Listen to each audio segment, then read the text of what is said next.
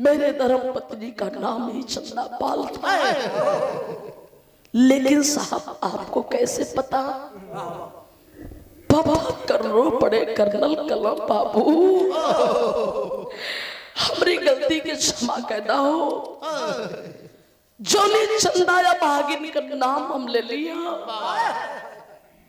ओही बगली के फुलवारी का हम फूल हैं, ओही चंदा माई का बेटा हम हैं बाबू। जे हमारे बाबू के हम बाबा कह के आज बुलोली, हमारी गलती की क्षमा कहदा। दोनों बाप बेटे गले से गले एक दूसरे से पकड़ कर रोने लगे। फेंक दिया कर्नल वो कॉपी और कलम, पहुंचा है रेजिमेंट में। सारे अधिकारी अब आंखें, अरे कर्नल साहब क्या हुआ? सारे कैदी आ गए। कहा कर्नल की मुझे कैदियों से कोई लेना देना नहीं है, जो आए हैं तो भी नहीं आए तो भी हमें उससे कोई मतलब नहीं है। एक बात आप लोग बताइए, जिस मेरे पिता के जीते जी मेरी माँ के मांग का सिंदूर धुला गया, उस पिता के जीते जी मेरे बाप को शहीद घोषित करने वाले आप लोग हैं। अधिकारी अबाक हो गए, कैसा पागलों जैसा बात कर रहा है। एक कौन है बुढ़ा आदमी, किसे पकड़ लाया? कहा कि पहले बायोडाटा निकालिए सन 62 या 65 की। याद करिए कि आपके रेजिमेंट में कोई राजेंद्र नाम का फौजी था या नहीं। पुराना बायोडाटा जब निकाला गया तो ये सच्चाई था कि भारतीय फौज की उस गिरोह में उस जवान का नाम लिखा हुआ था।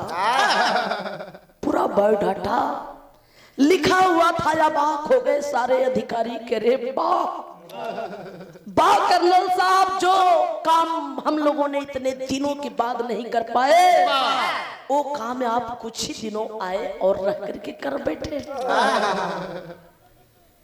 बाबू का भैया भैया मत बोला, 2 मिनट और। कालन की बाबूजी एक बात बताइए, आपको मैं लेकर तो गांव चलूंगा। एक खुशखबरी मैं घर अपनी मां को दूंगा जरूर, लेकिन पिताजी जितने दिन तक लापता थे उतने दिन तक अधिकारियों ने कहा कि बस कर्नल, बस चिंता मत करिए, जितने दिन तक लापता फौजी थे इनका जोड़कर पूरा तनख्वाह दिया जाएगा। भारत सरकार से पूरा तनख्वाह जोड़कर दिया गया। कर्नल साहब लेके अपनी सुविधा से, अपनी वाहन से, सरकारी गाड़ी मिली, लेकर के वाहन से चलना कला कि हमें शासन प्रशासन की और कोई जरूरत नहीं है, मैं अपनी पिता को लेकर अकेला जाऊंगा, एक खुशखबरी मैं अपनी मां को दूंगा। लेके चलन, हाँ बाई रोड तो घरे ना जात हूँ, घर में फोन कैला माई से कहला कि माई हेलो हेलो माई, हम तेरे बेटा रणजीत पाल बोलत है। माई प्रणाम कली, बाबू खुश रहा, कैसे हुआ, कहाँ हुआ बेटा, कहाँ हाल चाल? कहला माई हाल चाल बाद में पूछियो, एक काम करा भाड़ा किराया के इंतजाम करके और छटके में दिल्ली वाली ट्रेन पकड़ के दिल्ली चले आवा। माई कल दिल्ली काहे रे? कहला कि माई पूछा मत, दिल्ली आके केहू से पूछ लिया कि बेस हॉस्पिटल फौजियन का कौन हो, वही हॉस्पिटल पे हम तो उससे भेंट करो। इतना कह के फोनवा काट के स्विच ऑफ कर दिया। अब तो माही पागल न हो गई, एक लौटा हमार जिए के सहारा, हमार कलेजा का टुकड़ा। आखिर बेस हॉस्पिटल में काहे बुलावत हो, कुछ होत ना गई। पास पड़ोस के माई बहन से रो रो के भाड़ा किराया के इंतजाम कैलस। दिल्ली वाली ट्रेन माई पकड़ल, जब दिल्ली उतरल प्लेटफार्म पे तो बाबूजी स्टेशन के क्रॉस करके जब उधर पहुंचल बे ऑटो वालन के पास, तो कलश के भैया हमें बेस हॉस्पिटल पे छोड़ देबो।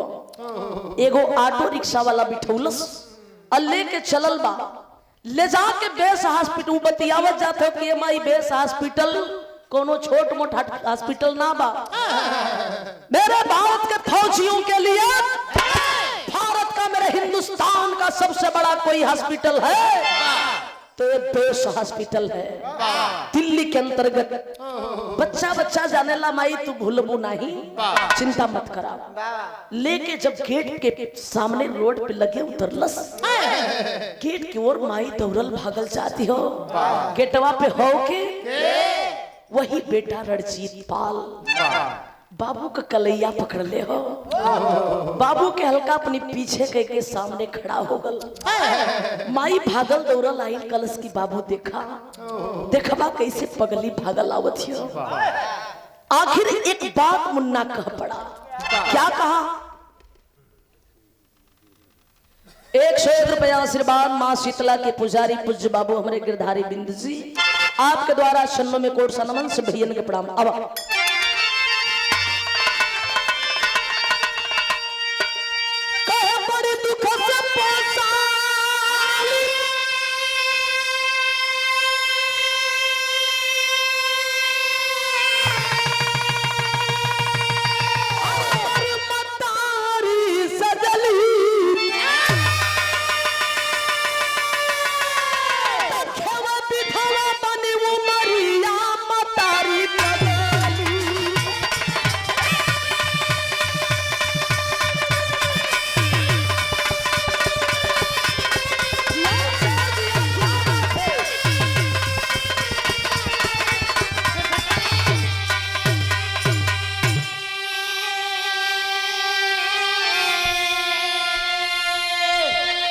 हॉस्पिटल के सामने मुन्ना देखा, कहा कि माई पगली कैसे भागल आई।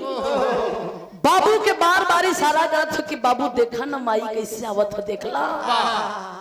बाबू से बर्दाश्त न भइल, कला कि करे पगला कब से हमें आवाज देते हुए कि बाबू देखा ना, बाबू देखा ना। कौनी आंख से देखी रे मुन्ना, कौनी आंख से अपनी माई के देखइबे।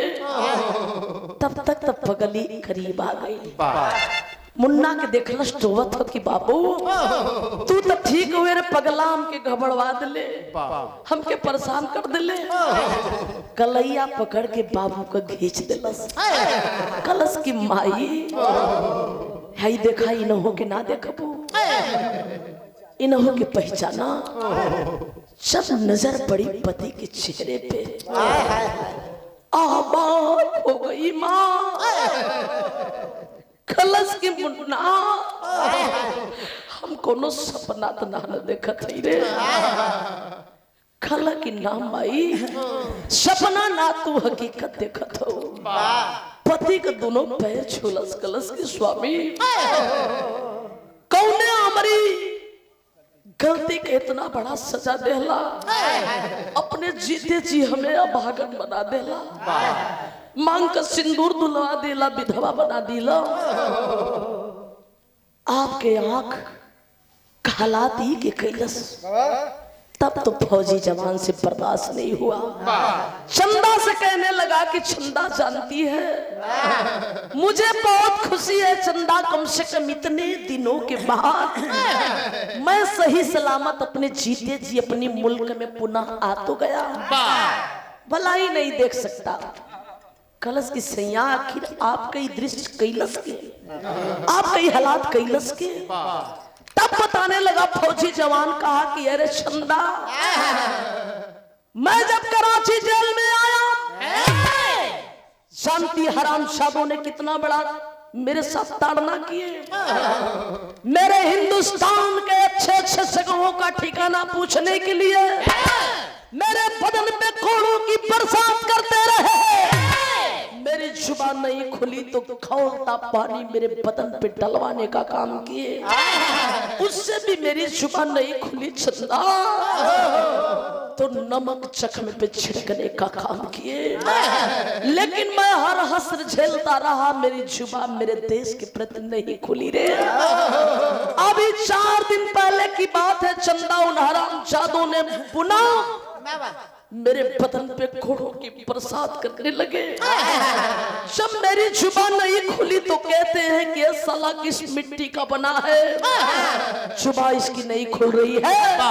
मेरी जुबान खुलवाने के लिए चंदा हरामजादों ने सूजा लाल किया है और मेरे दोनों आंखों में भोग कर आंखें निकाल लिया। फिर भी मेरी जुबान नहीं खुली चंदा, नहीं खुली मेरी जुबान। पति को देखती है, कहती है कि स्वामी घबराइए नहीं, मैं हूं, मैं आपको देखने योग्य बनाऊंगी। बेटे की कलाई पकड़ती है माँ, उस कर्नल को लेकर हॉस्पिटल में अंदर जाती है। बड़े डॉक्टर से सारी बातें करती है। चेकअप किया गया, डॉक्टर ने बताया कि आंख निकलने के बाद अगर 10 दिन से ज्यादा हो जाएगा तो आंख लगने के बावजूद भी रोशनी मिलने का कोई गारंटी नहीं है। लेकिन अभी 8 दिन भी नहीं हुआ है, इसलिए पूरा उम्मीद है कि आंख लग जाने पे इन्हें रोशनी मिल सकती है। चंदा कई का यही बिरहा गजब हो गई। अरे संधूरा का सती चंदा दे हली एक नया नावा कहते खिला राजेंद्र यापन लाल या चाहना।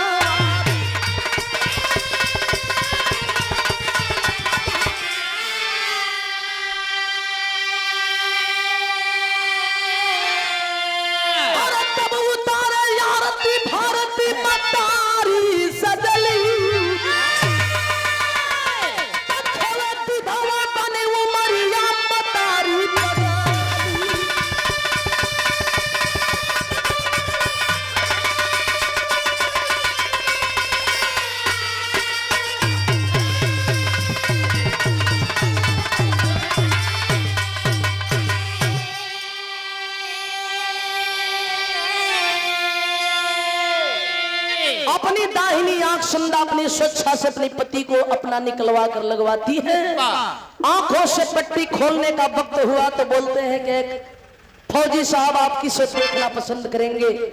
कल जिस देवी के देख रोशनी देने से मैं देखने लायक बना हो, उस देवी के सीमा कैसे देख सकता हूं। उस चंदा को सामने लाकर खड़ा किया गया, आंखों की पट्टी खोली गई तो चंदा कहती है कि स्वामी देख लीजिए, अब तो आप अपनी मुन्ने को, हमें और इस पूरी दुनिया को देख सकते हैं। देखकर पति पत्नी और मुन्ने को बहुत खुश हुए। हॉस्पिटल से छुट्टी मिली, मुन्ना लेकर अपनी गांव पहुंचा। भैया कुछ दिन तक माँ पिता का सेवा करता रहा। जब माँ पिता योग्य हो गए तो पुनः अपनी ड्यूटी ज्वाइन कर लिया। धीरे धीरे आज सन 2022 का वक्त चल रहा है। कर्नल रणजीत पाल आज भी बाघा बॉर्डर पे कार्यरत है। जहां मेरे जेठ जी रहते हैं, मेरे घर में भी फौजी हैं। ऐसी कोई बात नहीं है, फौजियों के कमांडो हैं। मेरे जेठ जी मेरे भसुर हैं, इसलिए ये कोई काल्पनिक बात नहीं है। बिरहा चला विराम की ओर, आखिरी भाव। सिरसी गढ़वाल से माननीय आप रामलाल यादव जी के द्वारा 21 रुपया पुरस्कार, भैया के प्रणाम। आखिरी भाव। गुरु बिहारी गुरु गणेश गुरु महेंद्र कवि के लीला, तब भवन चंद्रिका राम दे का छोड़ कोई न मिला।